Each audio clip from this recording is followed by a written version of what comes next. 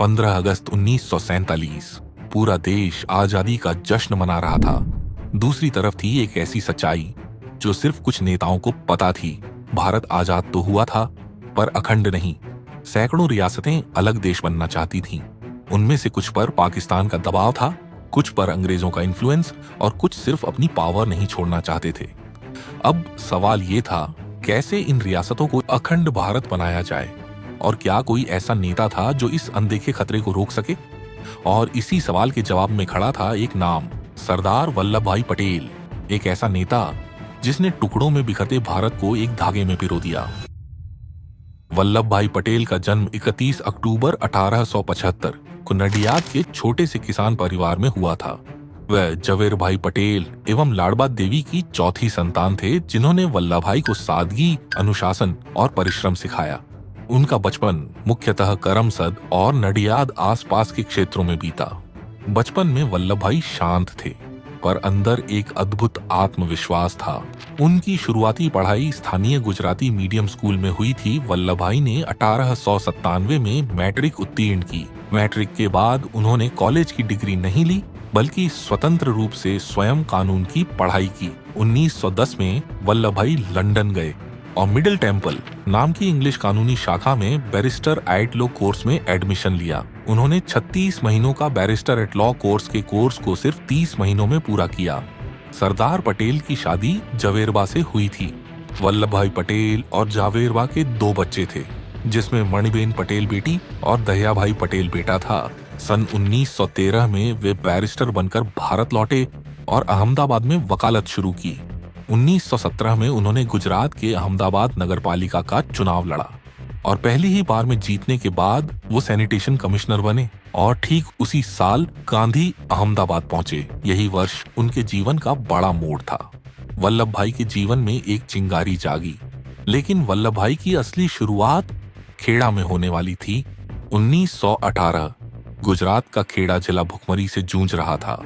फसलें बर्बाद हो चुकी थीं, खेत सूखे पड़े थे, लेकिन ब्रिटिश सरकार फिर भी पूरा लगान वसूलने पर अड़ी थी। यहीं पर पहली बार वल्लभ भाई पटेल आगे आए। वल्लभ भाई ने किसानों को संगठित किया, कानूनी लूप होल्स ढूंढे और ब्रिटिश अफसरों के सामने तर्क, तथ्य और साहस के साथ बात की। ब्रिटिश सरकार कई महीनों तक दबाव डालती रही, पर वल्लभ भाई और किसानों की एकजुटता नहीं टूटी। आखिरकार अंग्रेजों को झुकना पड़ा, टैक्स माफ हुआ और जब्त जमीनें लौट आई गईं। सत्याग्रह सिर्फ किसानों की जीत नहीं थी, ये वह क्षण था जब एक वकील देश का जन नेता बन गया। खेड़ा में उन्होंने अन्याय को झुकाया था, पर असली परीक्षा तो अब आने वाली थी, क्योंकि कुछ साल बाद बरदोली में ऐसा संकट उठा जिसने एक वकील को पूरे देश का सरदार बना दिया। 1928 में ब्रिटिश सरकार ने गुजरात के बारदोली में जमीन का लगान 22 से 30% बढ़ा दिया। दूसरी तरफ सूखे और आर्थिक संकट से जूझ रहे किसानों के लिए यह बढ़ोतरी असंभव थी। लोगों ने वल्लभ भाई पटेल को नेतृत्व देने के लिए बुलाया। पटेल ने बारदोली को 13 जोन्स में बांटा, किसानों को संगठित किया और अहिंसात्मक टैक्स न देने की रणनीति बनाई। किसान एक भीड़ नहीं, बल्कि एक अनुशासित सेना की तरह लड़ रहे थे। आखिरकार अंग्रेज सरकार झुक गई, टैक्स बढ़ोतरी वापस ली गई, जमीनें लौटा दी गईं। इसी आंदोलन के दौरान बरदोली की महिलाओं और किसानों ने वल्लभ भाई को पहली बार सरदार कहा और यह नाम पूरे देश में फैल गया। Vallabh Bhai had not been with me, the Satyagraha would not have succeeded.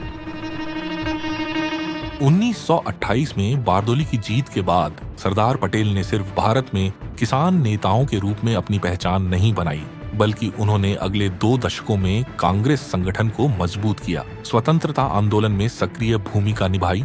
उन्होंने IAS, IPS जैसे प्रशासनिक स्तंभ खड़े किए। उनकी दूरदर्शिता, संगठन कौशल और राजनीतिक दृढ़ता ने आधुनिक भारत की नींव रखी। 15 अगस्त 1947 को भारत आजाद होने के बाद सरदार वल्लभ भाई पटेल को भारत के पहले डिप्टी प्राइम मिनिस्टर और गृह मंत्री बनाया गया। उनका जिम्मा था देश की आंतरिक सुरक्षा, राज्यों का विलय, शरणार्थियों के पुनर्वास को नियंत्रित करना। आजादी के समय भारत में लगभग 562 राज्य रियासतें थीं, जिन्हें ब्रिटिश सत्ता के अधीन उनकी स्वायत्तता थी। इन रियासतों को भारत में शामिल करना एक बहुत बड़ा प्रशासनिक और राजनीतिक चैलेंज था।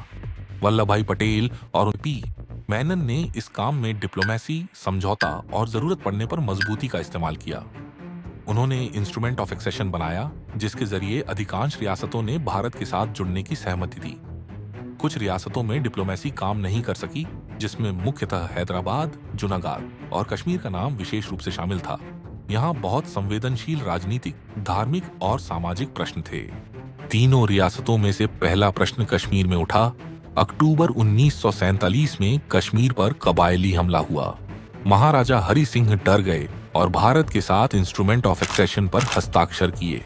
पत्रक के आधार पे कश्मीर भारत का अभिन्न भाग तो बन गया, परंतु कबायली द्वारा कब्जा किया गए प्रदेश के कारण आज वह प्रदेश भारत पाक विवाद बना हुआ है। कश्मीर के बाद जूनागढ़ में तकलीफें शुरू हुई। जूनागढ़ के नवाब ने पाकिस्तान के साथ विलय की इच्छा जताई, जबकि अधिकतर आबादी हिंदू थी। वल्लभ भाई ने राजनीति और जनमत का इस्तेमाल किया, जिसके परिणाम में लगभग 99% लोगों ने भारत में बने रहने का फैसला किया। यहाँ दिखा वल्लभ भाई का रणनीतिक दिमाग और जनता के अधिकारों की समझ। तीसरी और हैदराबाद ने भी स्वतंत्र रहकर भारत में शामिल न होने की घोषणा की। The state of Hyderabad shall, by the grace of God and the Nizam, remain a sovereign and independent dominion. निजाम द्वारा की गई ये घोषणा देश की अखंडता को खतरा था। वल्लभ भाई ने ऑपरेशन पोलो समर्थन किया। 108 घंटे सैन्य कार्रवाई सफल रही। निजाम ने आत्मसमर्पण किया और हैदराबाद भारत में विलय हो गया। यह साबित करता है कि वल्लभ भाई पटेल के केवल डिप्लोमेट नहीं बल्कि निर्णायक नेता भी थे। हैदराबाद, जूनागढ़ और कश्मीर जैसी संवेदनशील रियासतों में उन्होंने कूटनीति और सैन्य कार्रवाई का संतुलन दिखाया, जिसके परिणाम में आजाद भारत एक अखंड एकीकृत राष्ट्र बन गया। यही सफलता उन्हें बेशमारक ऑफ इंडिया का दर्जा देती है। उन्होंने केवल राजनीतिक एकीकरण नहीं किया, बल्कि देश की कानूनी और प्रशासनिक संरचना भी मजबूत की। उनके योगदान ने भारत विभाजन की मुश्किल स्थिति से बचाया और लोकतंत्र की नींव रखी। सन 1948 सरदार पटेल को दिल का दौरा पड़ा। 1950 के उत्तरार्ध में उनका स्वास्थ्य बिगड़ने लगा। दिसंबर में उन्हें बॉम्बे ले जाया गया। वहां उन्हें दूसरा दिल का दौरा पड़ा और 15 दिसंबर 1950 को उनका निधन हो गया। उनके द्वारा किए गए अद्भुत और अद्वितीय कार्यों के सम्मान में 1980 में अहमदाबाद के मोती शाही महल में सरदार पटेल राष्ट्रीय स्मारक का उद्घाटन किया गया। नर्मदा नदी पर केवड़िया गुजरात में प्रमुख बांध सरदार सरोवर बांध के रूप में उन्हें समर्पित किया गया। अहमदाबाद में अंतर्राष्ट्रीय हवाई अड्डे और कई शैक्षणिक संस्थानों का नाम सरदार पटेल के नाम पर रखा गया है। 1991 में उन्हें मरणोपरांत भारत के सर्वोच्च नागरिक सम्मान भारत रत्न से सम्मानित किया गया। 2014 में यह घोषणा की गई कि राष्ट्र प्रतिवर्ष पटेल के जन्मदिन 31 अक्टूबर को राष्ट्रीय एकता दिवस के रूप में मनाएगा और 31 अक्टूबर 2018 दुनिया की सबसे ऊंची प्रतिमा गुजरात की नर्मदा घाटी में स्टैच्यू ऑफ यूनिटी के नाम से स्थापित की गई है, जो सरदार पटेल को समर्पित है। केंद्रीय सरकार सरदार पटेल के ऑल इंडिया सर्विसेज की विरासत योगदान को स्टील फ्रेम ऑफ इंडिया के रूप में याद करती है। ये थे सच्चे iron man of India, Sardar Vallabh भाई पटेल।